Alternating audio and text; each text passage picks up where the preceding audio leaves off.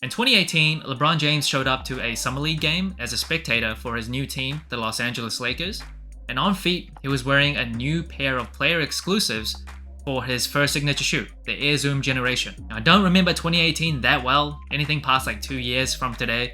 It's all a blur, but I do remember people kind of went crazy over what was on his feet. And on June 21st, for $190, the shoes that LeBron James was wearing on that day will be released to the general public for the first time ever. Air Zoom Generation Court Purple.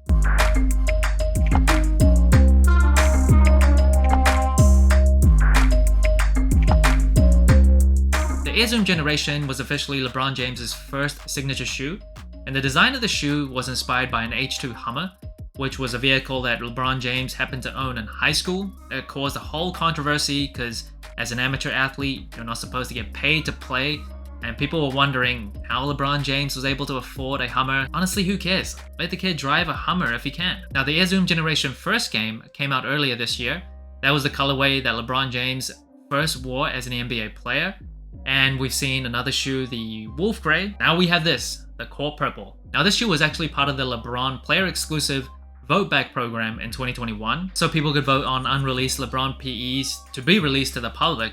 And this shoe actually lost in the very first round to the LeBron 8 Red V2, and the eventual winner of that tournament was the LeBron 10 ring ceremony. That shoe is really sick. Now right off the bat, I gotta talk about the colorway. I'm not a big, huge, all-purple sneaker type of guy. It just feels like something a really cool person, I'm not cool, but a cool person could really pull off really well. It's just so sleek. Like if someone showed up to a nightclub, like a very famous and cool person showed up to a nightclub in this shoe, in this colorway, it'll look so sick. I personally don't think I can pull it off very well, but there's something about the combination of the silhouette and the color. Goes really well. And the upper sole of the shoe is a mix of nubuck and suede. So right down the middle, like the center of this shoe, it is nubuck, and it's a very nice nubuck. Feels super smooth. When you press down, when you look close, you can still see the grain of the leather come through. In the toe box area, it is suede, and the suede is more of like the rugged, more rough, and not as smooth suede. However, in the midfoot, so the mid panel over here, the suede is slightly different, slightly longer haired suede. So there's two different types of suede on the same shoe. Now I don't love the suede on the shoe, but overall it is decent. It's kind of funny how they went with two different types of suede. I'm not sure why, but they did. And even across the midsole, they've covered it in suede. And the midsole, underneath the suede, it is a Phylon midsole. So Phylon is basically Nike's EVA foam, and it is more lightweight, provides better cushioning than say like a rubber midsole or a polyurethane midsole. Now this shoe does come with a Zoom Air unit on the forefoot and a Nike Air unit on the heel of the shoe. So the cushioning inside the shoe is very nice. Obviously a shoe made for LeBron, someone that's 6'8", 6'9", 250, 240, had to provide a lot of cushioning. And look at this gorgeous icy blue outsole. Love that. I love the carbon fiber shank plate and the midfoot. Super lightweight but very durable material. Love when they add that to basketball sneakers. The traction on this shoe, I haven't played in these ever, however I can imagine it would be pretty good. This icy outsole material though does tend to perform slightly worse when you're playing on a dusty court, which I guess most shoes do anyway, but it does collect dust or retain dust a bit quicker, at least in my experience, than like a rubber outsole that doesn't use this icy outsole material. So you see this faux chrome strip on the heel, that's to act as a heel stabilizer. LeBron obviously is a huge athletic person, so he had to have a very stable shoe to keep his feet in place. Now in terms of the practicality of the faux chrome, I'm not really sure if it helps, if it adds to the stability. The heel counter itself, I believe it is like very hard TPU. That would probably do more for stability more than the chrome itself. Now I gotta mention the ventilation on the shoe, or the amount of attention paid to ventilation. Inside the shoe, they use what's called sphere material, and that's supposed to provide better ventilation. So you see that material has these dimples on it, and that's supposed to keep the foot slightly away from the material itself so it doesn't stick to it. So it provides better airflow, increased airflow, and overall just better ventilation. You also see on the midfoot, they paid special attention to the ventilation there as well. And of course the toe box, that's pretty standard for a sneaker. Now moving on to the tongue, it also comes in that sphere material all the way up to like the head of the tongue. So at the head, it is covered in suede with LeBron's logo. And at the very tip of the tongue, you see this strip, and inside you can see the word LeBron in it. I love how that looks, it's so sleek. Now this shoe doesn't come with any extra laces, and I kind of expected that because I think the whole point of the shoe is to really emphasize the purpleness of the shoe.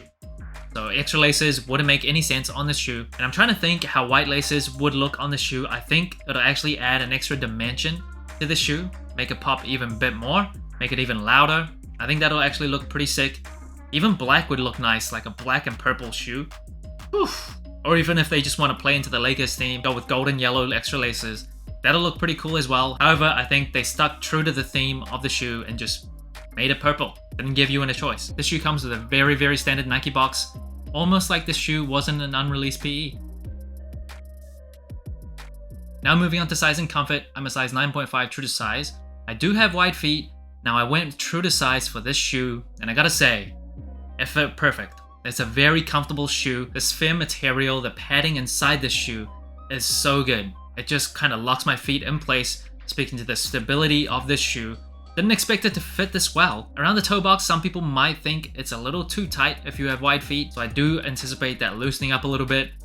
Aside from that, everything is perfect. It's such a snug shoe. It reminds me of the Airflight Huaraches that I just reviewed, and that obviously had the neoprene inside the shoe. And this sphere material is just so nice. The cushioning is decent as well. You don't feel like it's so flat to the ground, but it's also not so foamy where you're like really using your knees to walk. Love the comfort of this shoe. And that brings the total sole score to 15 out of 25. Not the best, but definitely not the worst. Now colorway wise, like I said before, personally I don't think I can pull off this color very well, but someone can. I think there's something very sleek about how this shoe looks, how this purple goes on this silhouette. I like the colorway, but I think there's a lot more that are better than this core purple. Now material wise, I really like the nubuck that goes down the center of the shoe. However, the suede, I don't think it's the best suede. It's kind of rugged, it's kind of tough. There's something about this mid panel that's slightly hairier suede that feels kind of synthetic.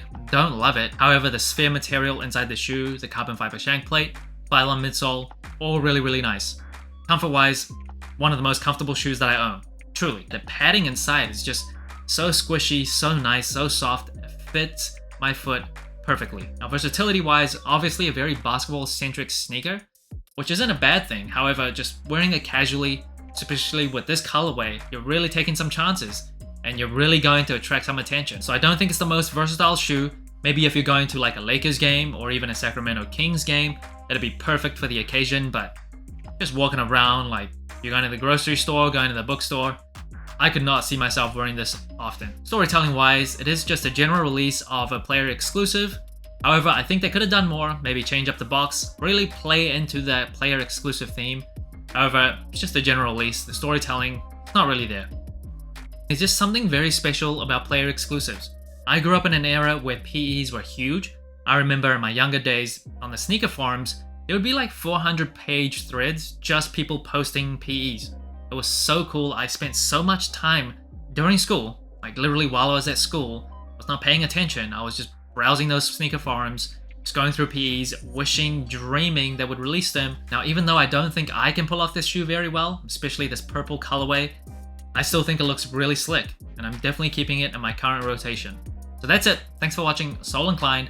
Like, subscribe, comment, let me know what you think of the Air Zoom Generation Core Purple, and remember, tomorrow may never come, so wear your shoes.